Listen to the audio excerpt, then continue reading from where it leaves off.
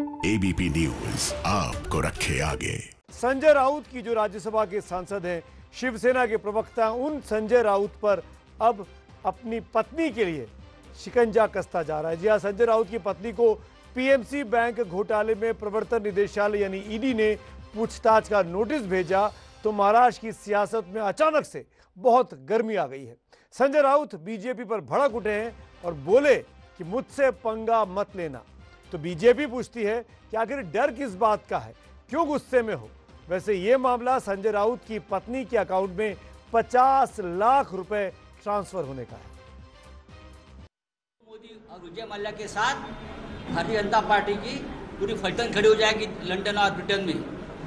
तो आप देखिए, आप मुझसे पंगा मत लेना, आप मुझसे पंगा मत लेना। मैं देखता हूँ, मैं नंगा आदमी हूँ, मैं शिवसैनिक हूँ बाला साहब ठाकरे का। शिवसेना प्रवक्ता और राज्यसभा सांसद संजय राउत बीजेपी पर लगातार बरस रहे हैं।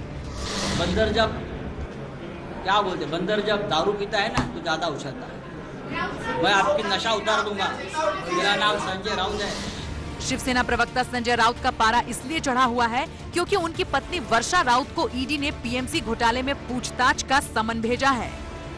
ईडी ने ये समन पीएमसी बैंक घोटाले की जांच के मामले में भेजा है। वर्षा राउत को 29 तारीख को ईडी के सामने पेश होना है।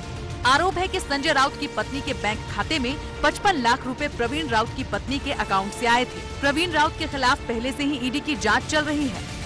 पीएमसी एक सहकारी बैंक और पिछले साल इसमें घोटाला हुआ था। 31 मार्च तक बैंक के कामकाज पर रोक लगा दी गई है।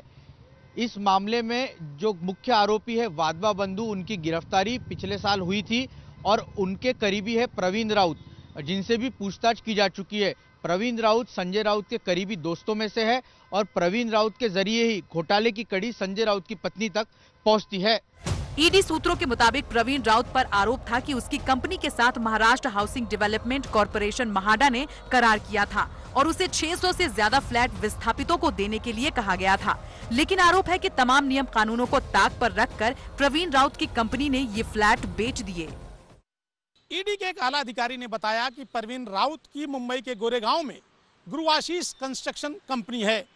प्रवीण राउत को इसी साल फरवरी महीने में मुंबई पुलिस की आर्थिक अपराध शाखा ने धोखाधड़ी समेत विभिन्न आपराधिक धाराओं के तहत गिरफ्तार किया था।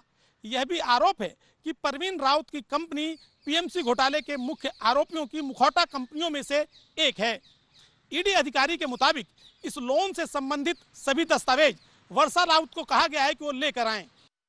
सूत्रों के मुताबिक ईडी जानना चाहता है कि 55 लाख रुपए की रकम दिए जाने का आधार क्या था, क्या इसके लिए ब्याज लिया जाना था, यदि हाँ तो कितना।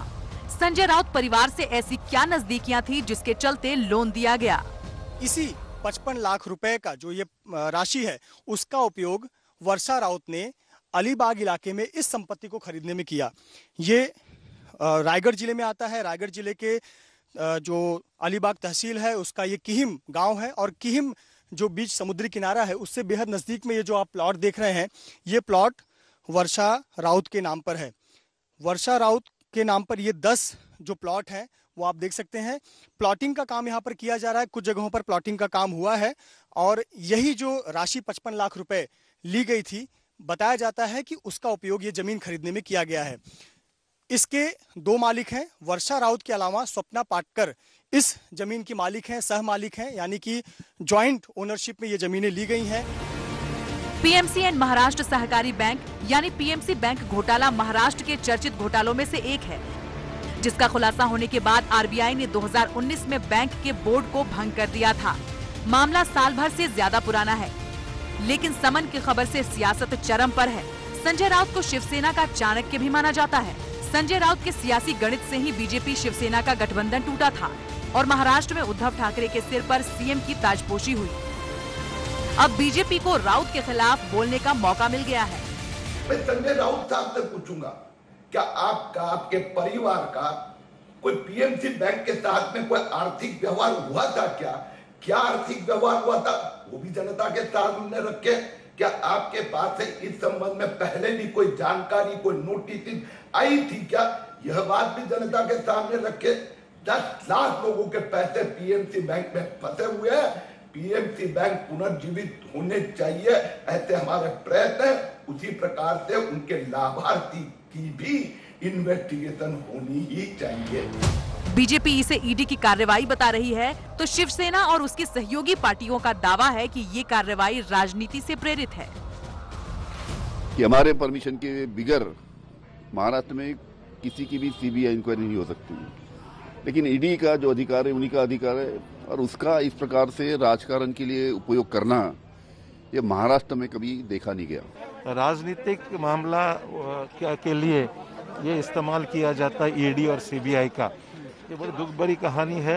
इस देश में डेमोक्रेसी की तोड़ मरोड़ करके अपनी हुकूमत को ये इनको एजेंसीज के जरिए मजबूत करने के लिए इसका इस्तेमाल किया जा रहा है। तो हो सकता है, चलिए उसमें जो राजनीति समझो या और कोई बात समझो, जो भी सच्चा है सामने आ जाएगा, लेकिन इसको बहुत ज़्यादा इसका कोई और अर्थ निकालने का मुझे कोई मतलब नहीं लगता है। ईडी ने शिवसेना के चाणक्य पर हाथ डाला है। संजय राउत की पत्नी वर्षा का 29 दिसंबर को ईडी से एनकाउंटर होगा। अब देखना ये है कि आप देखें जरा किसमें कितना है दम का ट्वीट करने वाले राउत क्या ईडी के इस चैलेंज के खिलाफ अपना दम दिखा पाते हैं या फंस जाते हैं।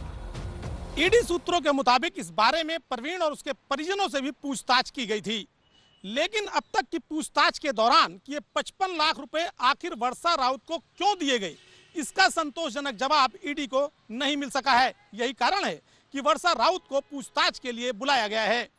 ईडी के एक आला अधिकारी के मुताबिक वर्षा राउत को इसके पहले भी 2 बार सम्मन भेजे गए थे, लेकिन वो दोनों बार ईडी के सामने पेश नहीं हुई। ये तीसरा सम्मन है और इस बार भी यदि वे ईडी के सामने पेश नहीं होती हैं तो उनके खिलाफ कड़ी कानूनी कार्रवाई की जा सकती है।